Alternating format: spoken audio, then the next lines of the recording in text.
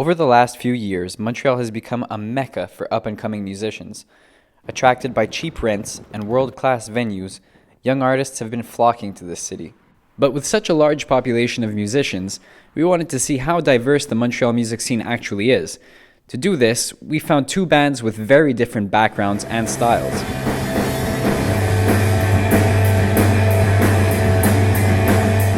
First, we met Solids. They're a francophone duo that plays loud, fast rock music in English. The two played Osheaga last summer and South by Southwest in March. They say Montreal's appeal is in its musical and cultural diversity. It's like a cool blend between like North America and Europe.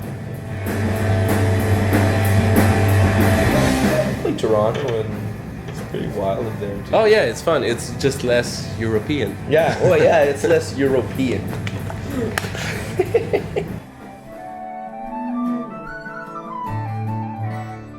A few kilometers away, we met a very different band called the Bombadils. It's an Irish-influenced folk and bluegrass group who met while studying at McGill University. The band members come from as far away as British Columbia, Halifax, and Edmonton, but their desire to incorporate francophone culture into their music has led them to start writing songs in French. I partly was excited to move here for the French, and since we're in Montreal and we hear French all the time and we go to jams and sometimes people speak in French, it would be kind of weird if we just shut that influence out, right? Mm-hmm. Yeah, I think we do have to make a choice and an effort to do songs in French since none of us is francophone, but I don't know, I think it's worth doing that. I'd like to do more French on our next album. Yeah.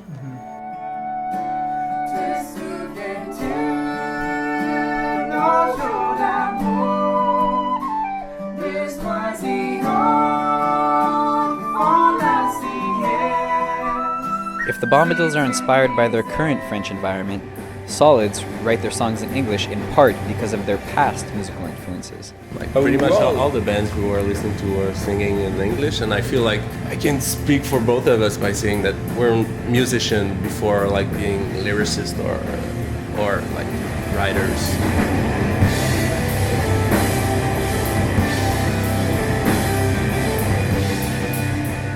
But a great music city is not defined solely by its bands. It owes something to its fans too.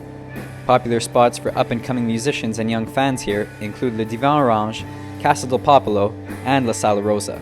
The musicians we met say it's impossible to define Montreal by just one sound. Typically for an outsider, that sound is like indie. A lot of the bands that like actually like come out of Montreal like Arcade to get Fire, known, like Arcade Fire, and like they have that sound, and that's what people like call the Montreal sound, is because that's what the world knows to be the Montreal sound right now. Being from outside the province, the Bombadils have witnessed many people use the innocuous term indie to define Montreal's music. But Solids know that it really isn't that easy to label the scene. I think there's like the really like French scene, the Anglo one, and the one in the middle. I consider ourselves in the middle one. Yeah, there's like a little barrier, I guess, but we don't always. That scene in the middle is really fun. Yeah.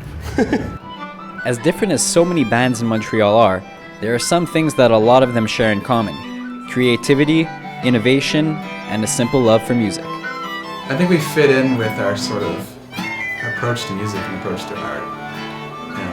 Just seeking out good art. I think the mentality it fits right in.